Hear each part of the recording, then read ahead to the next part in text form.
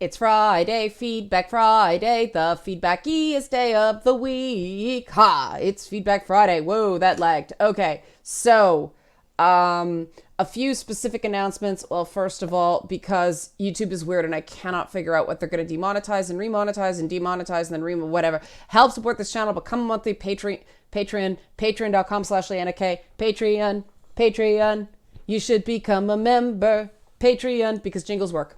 Welcome to the new patrons. There have been more since I started promoting it more, so thank you for that, because this YouTube stuff's been insane. Couple notes. I am very, very likely, I'm like 99% sure at this point that I'm going to push Boss Fight back into November or possibly even December for the first episode. This is because of the ideas that the writers provided. They are bigger than I originally intended. They are more interconnected. And what it means is I'm going to have to write at minimum the first 3 episodes before I start recording and editing them. Because except for certain things that I have to do before the weather turns, Princess Sparkle Muffin wandering through the wilderness and such, there are too many things that could give me continuity problems if I don't work out the first 3 out of 5. So like craft half the complete story before I actually start recording, editing, and releasing them. Because obviously once they're released, it's done. There's also been some delays because of the insanity. There've been this Canadian election and something that I'm going to be talking about more next week that I've been helping out on that took out a lot more time than I thought it would, but it's important and it being consistent and sticking to my principles regarding respecting game creators and stuff like that. I had to do it. It was just something that I felt was very important. So I don't have a date yet. I know December is not the best time to release new series because of the holidays, but we'll see. Maybe it'll be a more compacted release schedule in the new year. I just want to make sure that I don't leave any good ideas on the floor within reason on this thing and still be completed by April of next year. It's still imminently doable. I rushed starting releasing Lady Bits episodes because I wanted to show that, I could hit, I said September. That first one was going to come out in September, come hell or high water for obvious reasons. This one's different. I didn't specify a launch date because of that writing component. Whenever you've got stuff from other people, you never know how long it's going to take. That whole process has taken a lot longer and continues to take a lot longer than I expected. And so it was a question of telling them, no, way scale down your ideas and creating a bad experience for everyone involved, or going with it and taking more time. So that's that. The other is I've decided on this channel, I'm going to do issues. I'm going to do video games. I'm going to do concepts related to game development.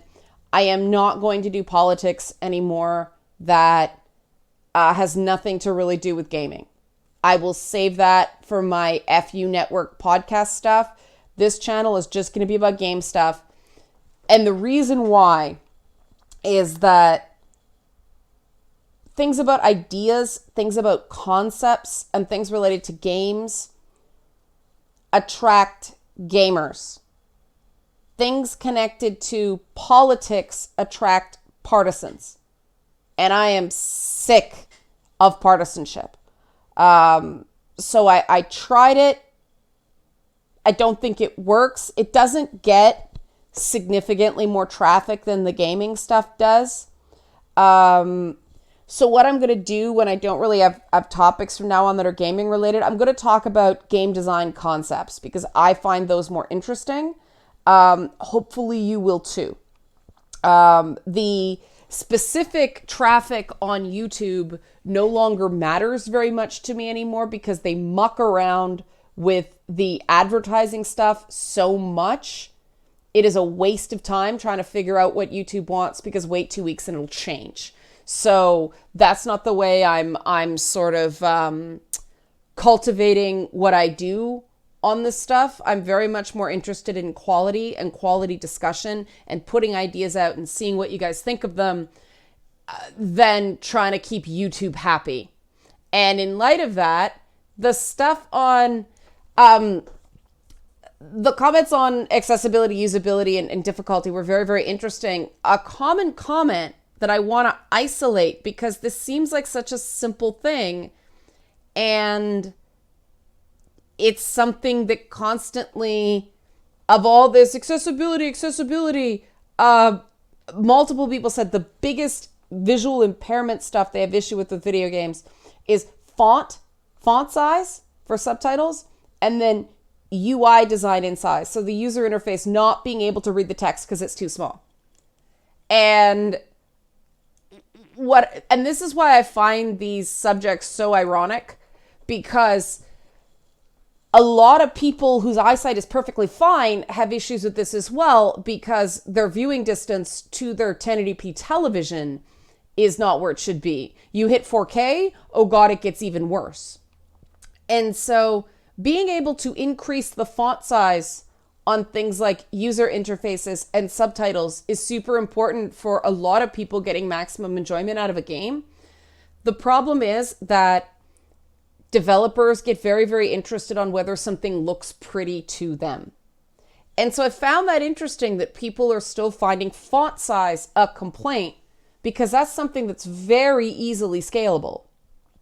And that really makes me think that this whole accessibility debate is really, instead of, I want to put this very carefully, instead of truly thinking that people with disabilities are people, and that people with disabilities should not be unnecessarily left out because of those disabilities, thinking that that's just not right, and we shouldn't expect people to have to conform to how somebody decided to make, say, stairs, for instance, that environments, man-made environments, people-made environments, for people who are politically correct, should conform to people, not the other way around.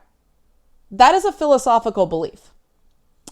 And I say this just coming off reading all of Catherine's diary on Riven with that horribly difficult penmanship to make sure people who are visually impaired, and everyone, because oh my God, that handwriting is hard to read, but I read it all of it. I have no idea how long it took, but I read it on Twitch so that people knew what was going on. I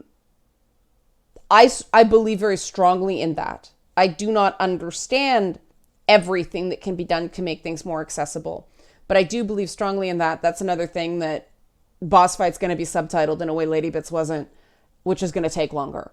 But you either believe in that or you don't. And I think too many people don't actually understand the philosophy of accessibility.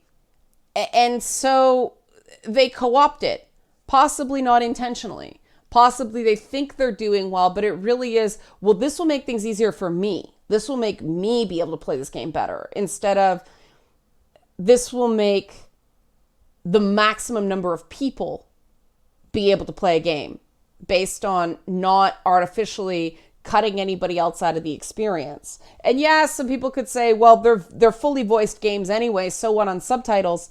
I tend to turn subtitles on because I have TMJ, and one thing that does when it gets really bad, like last night, oh God, it was horrible. It garbles my hearing.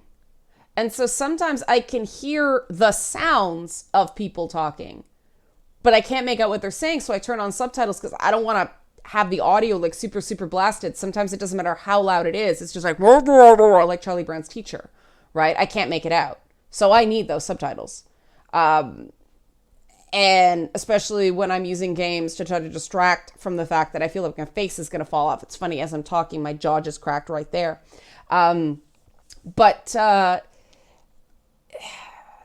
this sort of stuff really bugs me, when people are using a valid concern for make games easier for me. No, it's not always about making games easier specifically for me. It's about people. Let me put it this way. A principle other than selfishness isn't being engaged when you only advocate for things that benefit you. If you're truly interested in accessibility, you sometimes need to advocate for things that don't affect you, but affect other people. Does that make sense? I'll leave it there because now we get into The Last of Us 2 and my concerns with the game. And it was really, there's a real diversity of opinion on this one. Some people feel very strongly that the Last of Us franchise in general is leveraging the bury your gays trope too much. And this is difficult because when we're talking about zombies, it's the bury your everyone kind of thing. So I'm not sure, but it definitely... My issue is more of an artistic one. And I'm not saying those concerns are invalid. I'm just saying there's a nuance to it that I want to explore here. Because we're already kind of primed for Ellie's girlfriend to get killed, there's some sort of, fridging to befall her, as in women in refrigerator syndrome. We're coming into the game with our emotional guards up. And that's going to separate us from the emotional experience in a way we otherwise wouldn't be. The other thing is that I really enjoyed the mid part of the original Last of Us, where the stealth got a little bit more intuitive, but it wasn't totally straight up action. The guns are so powerful, you don't have to use stealth anywhere. I enjoy that kind of stealth-like gameplay.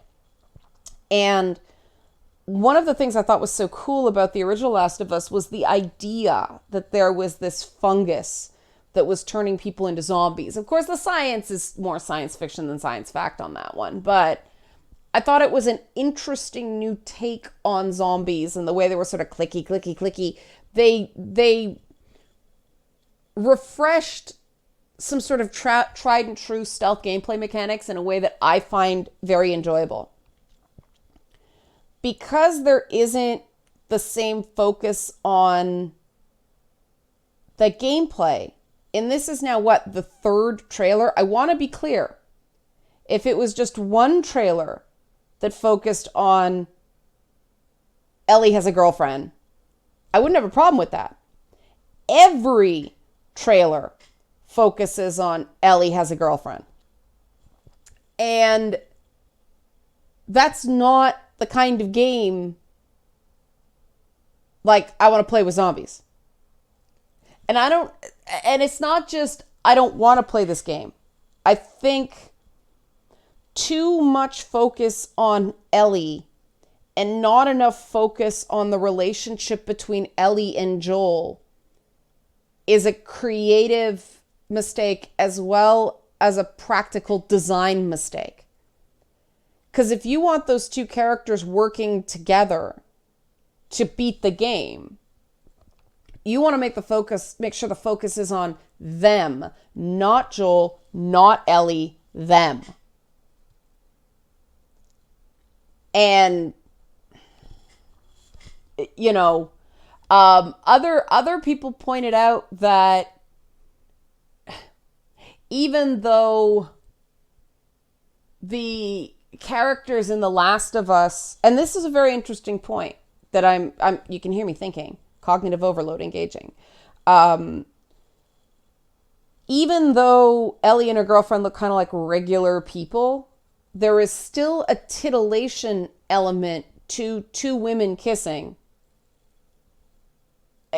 geared towards that, to borrow a phrase, presumed straight male audience, that there is still an element of titillation. It is still defining the audience as kind of straight and male. If they gave Joel a boyfriend or actually showed two guys kissing, that would be a very different thing. That would be stepping away from that, oh, no guy wants to see that kind of BS that we should be well behind. And so it's interesting the way people all have their guards up around this game on some level of perceived woke washing, but everybody's coming at it from a different position.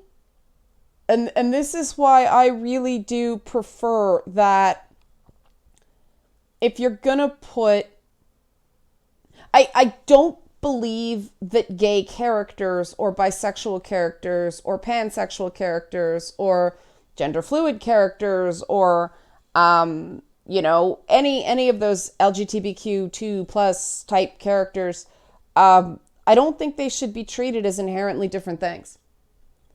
And too often they still are. It has to be this selling feature of the game instead of just being an aspect of the game.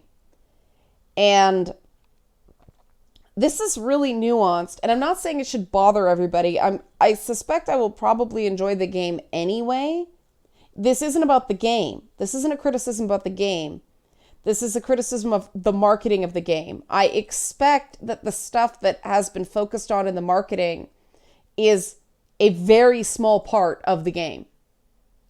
And that might be what's kind of annoying me about it, is that someone put it in the comments that if a guy said, "How would you rate that kiss?" it would be considered kind of a D-bag thing to do. I don't know. I don't have those conversations with people, but that was an interesting comment that was that viewer's perspective. I don't think this game is really being marketed as a game. It's being marketed as making some kind of point. And I think, like, maybe the marketing people have nothing to do with the people making the games, and maybe it's a complete misrepresentation. But I really think that if Naughty Dog thinks that these are the elements that made people love Ellie, people fell in love with Ellie before anybody knew what her sexuality was, when she was just a kid, and she was funny and spunky, and they judged her as a whole person. Which is why this girlfriend thing diminishes her in a lot of ways. We are losing that joy, that brightness that was so complex in the first game, because she eventually had kind of a death wish, but she was still kind of funny, and I hope that isn't totally gone. I hope she isn't just bitter the whole time. That would be very disappointing, because that spark of life in her was so powerful that I think it actually informed the ending to The Last of Us a lot, and the choices Joel made. I was actually hoping The Last of Us 2 would be the logical fallout from Joel's choice and how that affected their relationship. That's not really how they're marketing it. And all the marketing is like, well, Joel was right to do what he did, because look, she's had all these experiences and she's had all these good times and all this joy. And from a philosophical perspective, I'm kind of sad they're coming down on one side or another on that choice. And I'm trying to avoid spoilers for anybody who hasn't played the game and plans to play it before February.